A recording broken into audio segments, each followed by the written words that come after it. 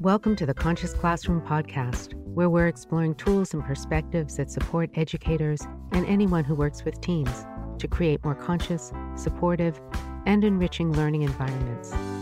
I'm your host, Amy Edelstein, and I'll be sharing transformative insights and easy-to-implement classroom supports that are all drawn from mindful awareness and systems thinking. The themes we'll discuss are designed to improve your own joy and fulfillment in your work and increase your impact on the world we share. Let's get on with this next episode.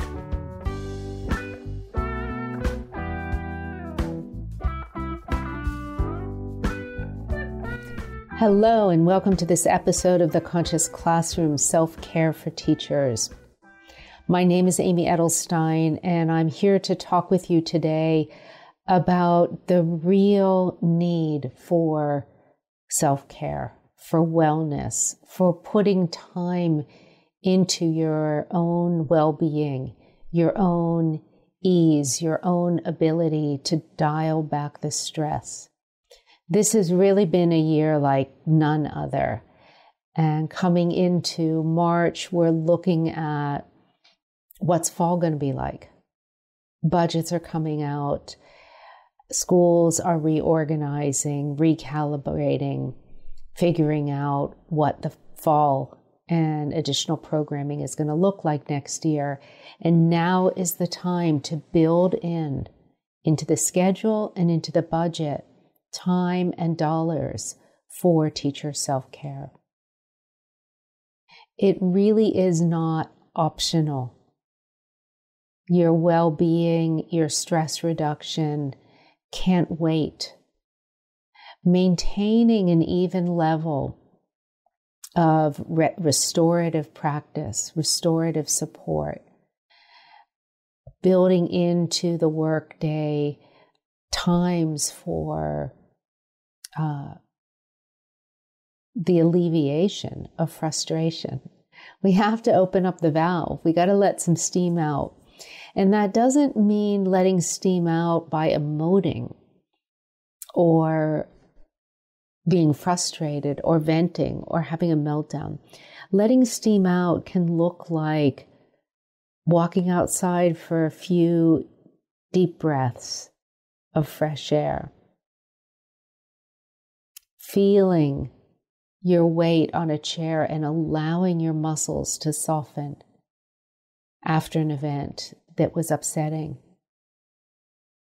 These attitudes are going to be so important in the fall because we all know that our students are going to be experiencing the challenges of going back to school.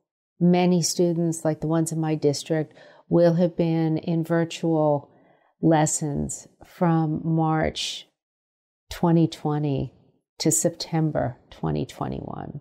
That is a very long time for a young person to be without support and structure. We all know that students thrive with support and structure. How are we going to bring them back? How are we going to socialize them? How are we going to remove their extra anxiety and fear, their fear of having forgotten how to do things, their fear of entering a new school or a new grade and not knowing anyone? Those are all going to be emotional currents that we're going to navigate, including our own. We don't expect coronavirus to have disappeared by September. Hopefully, the majority of us will be vaccinated and the infection rate will have died down, but it's worrisome. We don't know yet.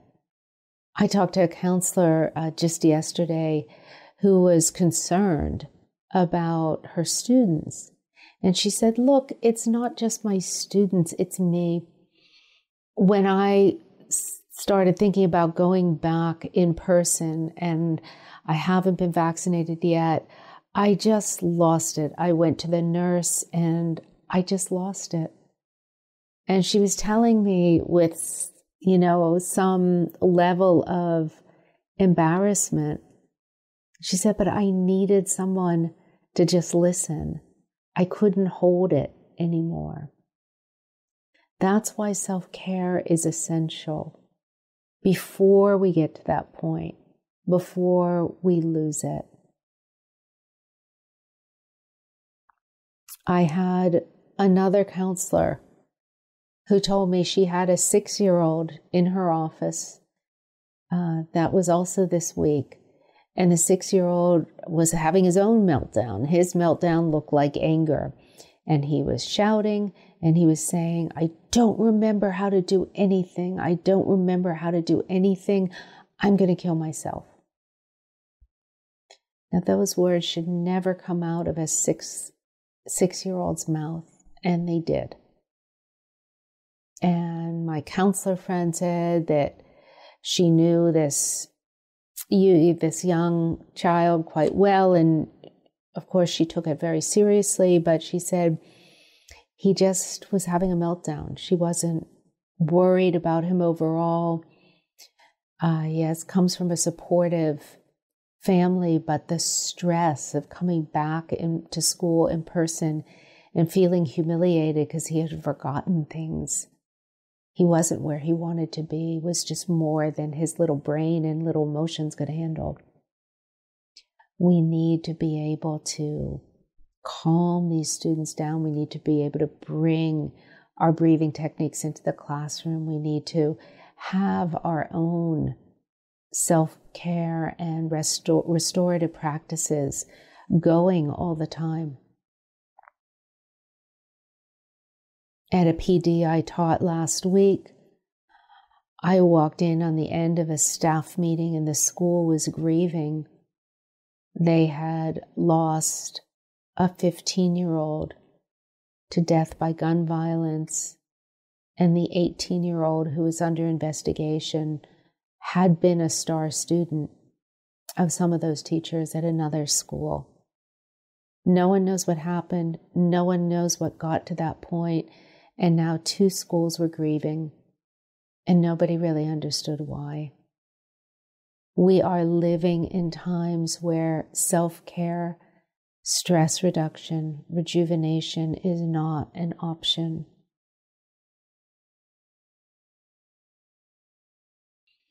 I hear stories like this, and one last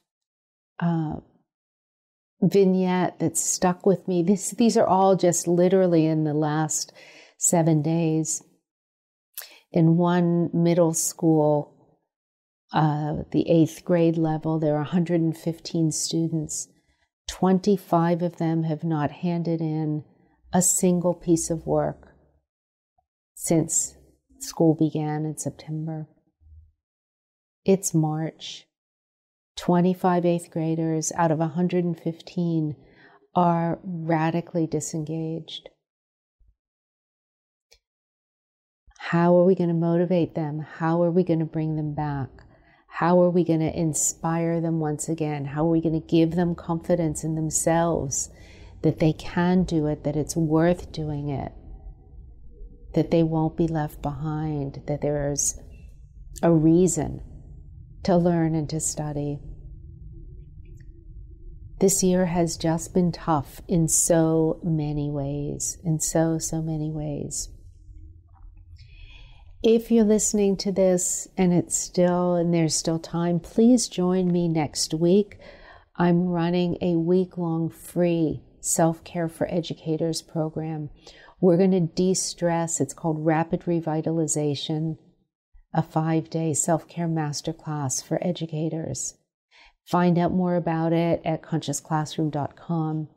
And please, if you can, join me. This is really designed for these situations. We all need to put on our oxygen mask first. And that's not just in airplanes, it's definitely in the schoolroom. So how do you go about rejuvenating when you're stressed and tired and sad and burnt out yourself? We want to keep the bar reasonable, and yet we want to expect great results. It sounds unrealistic, but it actually does work. Because when we allow ourselves to think positively and think about what's possible, and allow for what's called in evolutionary theory, punctuated evolution, punctuated development, that's when things don't go in a linear scale, but they take great leaps. And we've seen that in species development, and we see that in our own resilience and rejuvenation. So the foundational key is to become aware. It's called mindfulness for a reason, because it has to do with noticing, being aware, being observant, being present. So when we're mindfully aware, we're not trying to escape our problems. We're not trying to solve our problems. So we're not running away from and avoiding or pushing away, and we're not leaning in and trying to untie the knots or get the grease out. So we're not escaping, we're not solving, we're simply attending to, we're being present for, we're being aware. So when you start noticing that lump in your throat, when you start noticing that catch as you're teaching, your voice quivering with exhaustion, that fatigue that's not really physical, but it manifests physically because we're draining our body of resources. Our stress hormones are on the rise. Or when we can't think clearly about the next thing we want to do, because everything seems a little foggy, because our reasoning is moving a little slow, feels like we're underwater. Those are the times to take a breath, to be aware, and begin by locating the sensations in your body, locating that which will make you feel solid, your feet on the floor, your hand on the desk, your weight on the chair. Allow yourself to be present for what's happening in your body.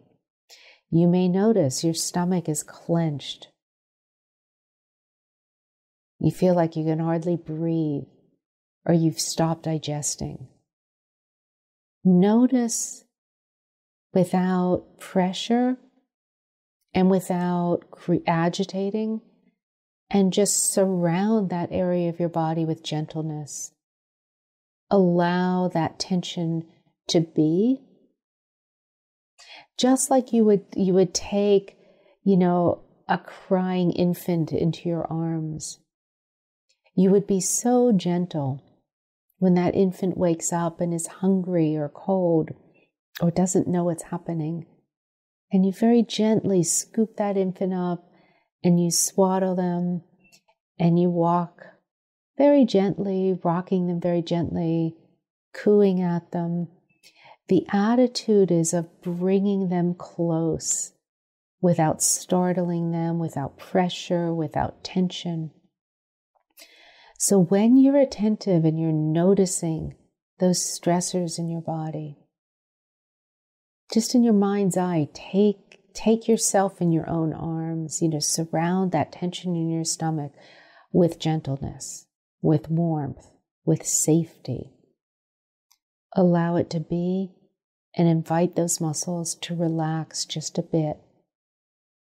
You can take a deeper breath and send the breath to that part of your body that feels tense. Maybe you feel it in your hands. Maybe you found your hands clenching.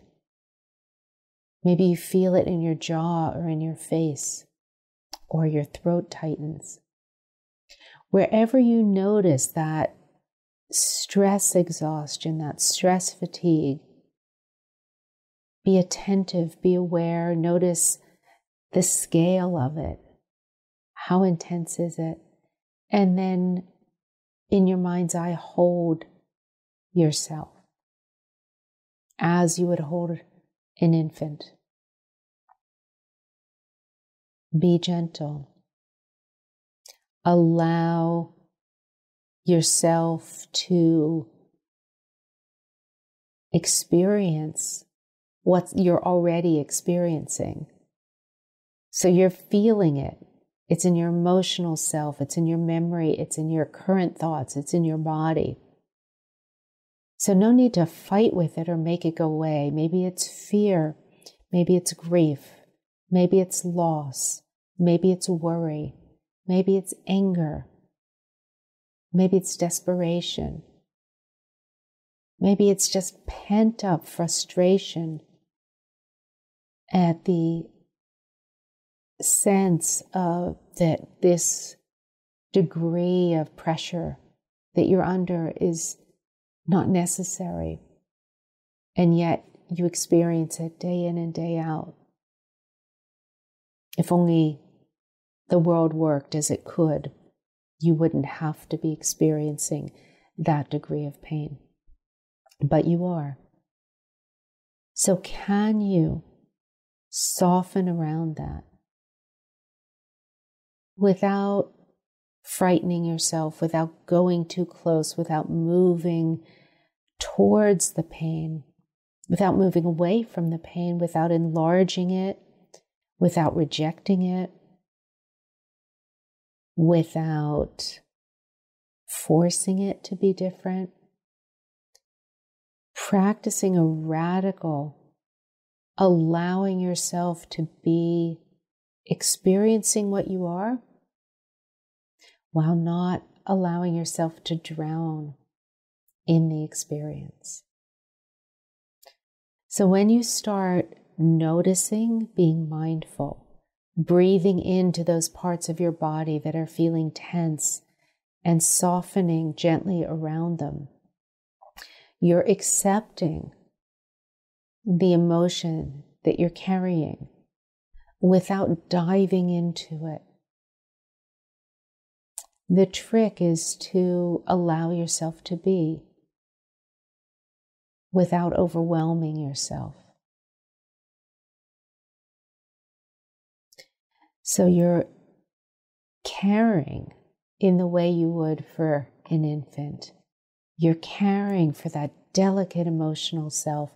And when we turn our minds with this careful attentiveness and radical acceptance and deep compassion and profound listening, where we're listening to all of the cues around us, our bodies, our emotional system, and our brains allow themselves to relax just a little bit.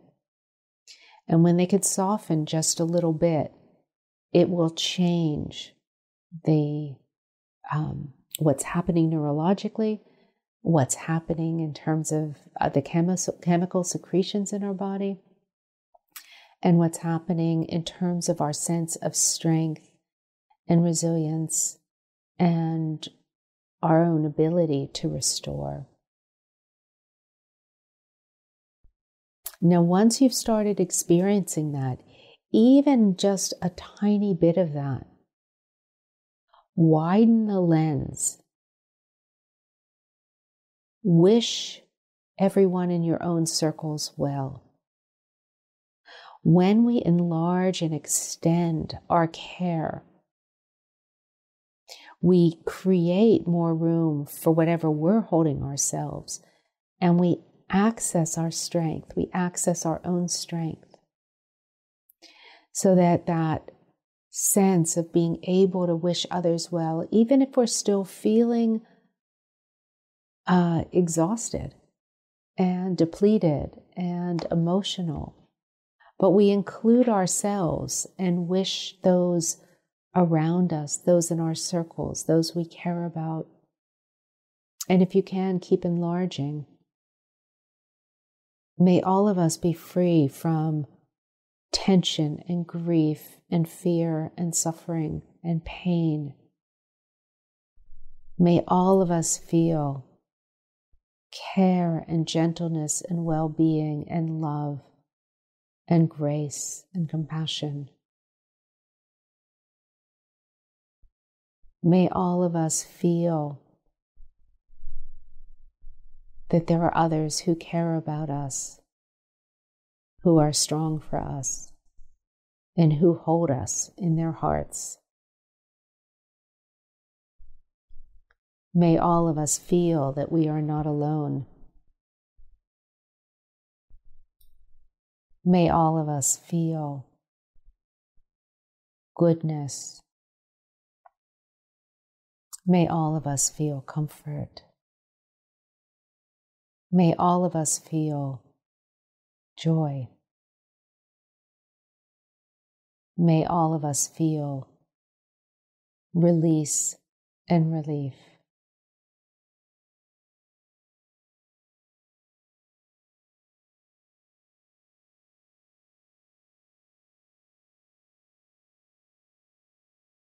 Practice that during the day.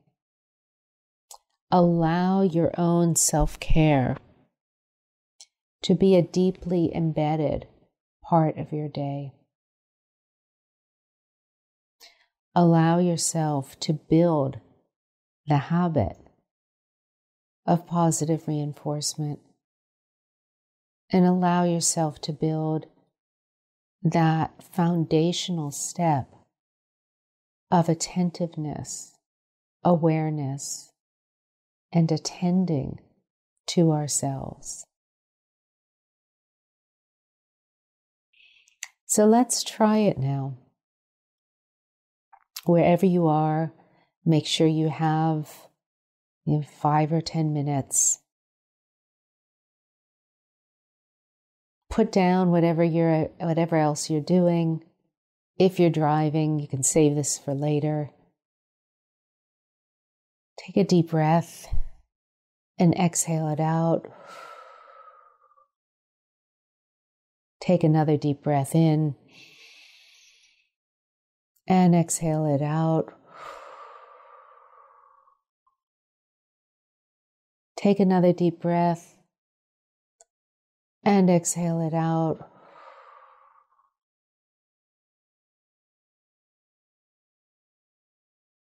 And if you were holding your breath, you may have noticed that the exhales were a little hard. They were a little shallow. That's okay. Notice the quality of your exhalations, allowing yourself that little bit of letting go. And you're letting go in order to make space for your next breath, for that nourishing oxygen that your brain needs so badly. The brain drinks in 20% of the oxygen that we take in.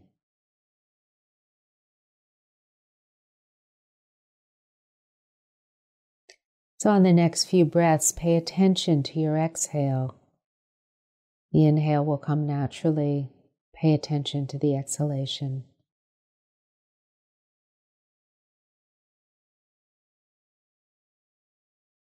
And just notice, be attentive to your body without diving in, without intrusion, without invading your own space. Give yourself the space you need, but start being aware of your physicality, of your presence. Feel your hands touching each other. If they're cold, hold your hands together to warm them.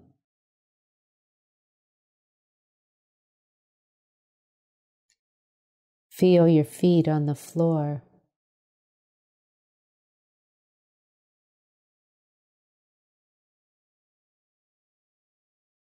Feel where you're touching the chair.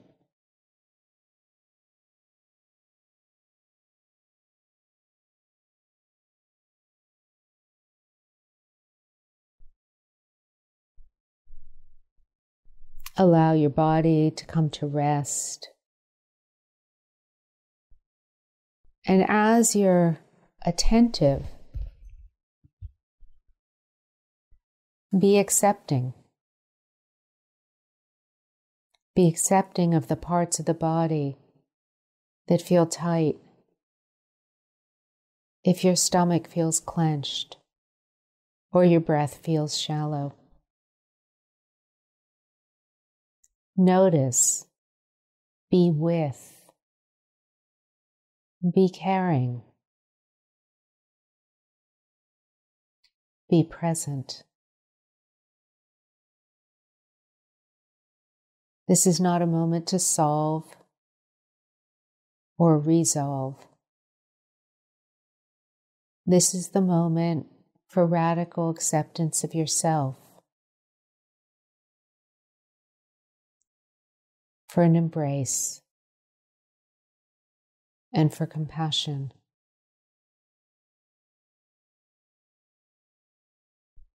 So however you're feeling, however nervous or frightened or hurt or angry or tired or sad, hold yourself in your mind's eye, or you can cross your arms or rest your left hand on your right shoulder and your right hand on your left shoulder. Whatever posture feels safe and caring, and be attentive and present and accepting of the reality of all that you're experiencing. Making space for it all.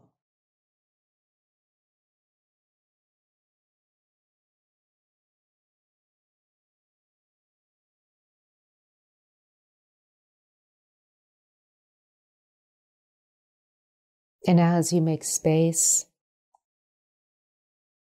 you can use your breath to breathe into whole parts of your body, inviting those parts of your body to take in oxygen, to soften and release the toxins, the stress hormones, so that your bloodstream can carry them out.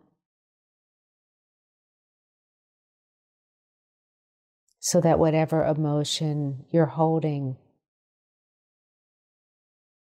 is processing itself.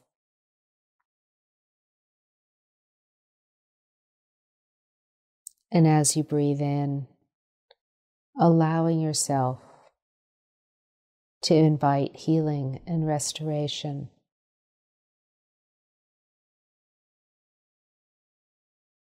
To invite strength. And invite care.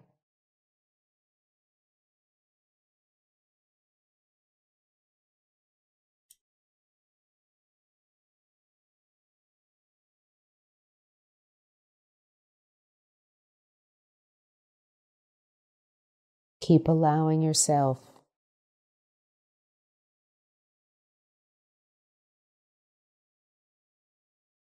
to surround yourself with gentleness.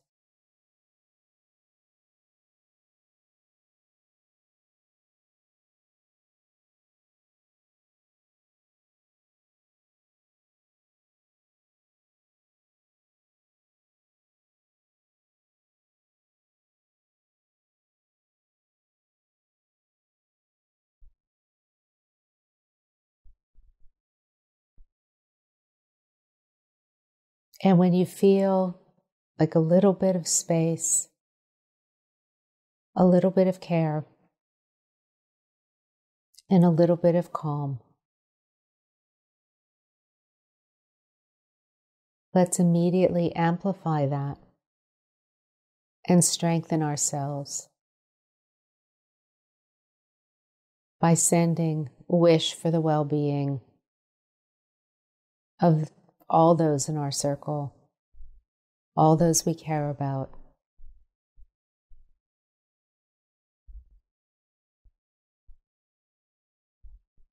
wishing them release from pain and suffering, wishing them happiness and ease, wishing them a good night's sleep, wishing them restoration on a cellular level, wishing them comfort on a heart level, wishing them clarity and wisdom on a mind level, wishing them companionship and comfort and counsel on an emotional level. Sending those wishes out, feeling the strength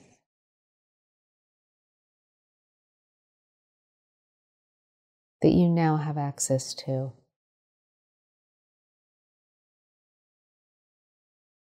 And feeling how, as you send those wishes, you are filling your own reserves, healing, releasing, comforting,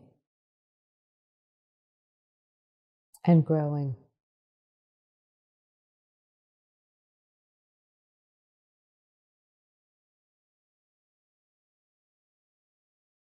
So you can finish with these last few breaths, allowing yourself to refocus on the objects in the room around you and begin to gently move your fingers and toes, stretching in any way you might need to, and preparing to move on to the next thing that you were intending to do. And carry this with you. Care for your own well-being. Care for your own human strength and fragility. We are delicate creatures, and we are strong creatures. Humans are fascinating in that way. So I'm holding you all in my thoughts, in my heart, wishing you all well, wishing your students well, wishing the rest of your staff and colleagues well. And I will talk with you again in 2 weeks. If you can, join my Rapid Revitalization 5-day self-care masterclass for educators. More information at theconsciousclassroom.com. Thank you for listening to The Conscious Classroom. I'm your host, Amy Edelstein. Please check out the show notes on innerstrengthfoundation.net for links and more information. And if you enjoyed this podcast, please share it with a friend and pass the love on. See you next time.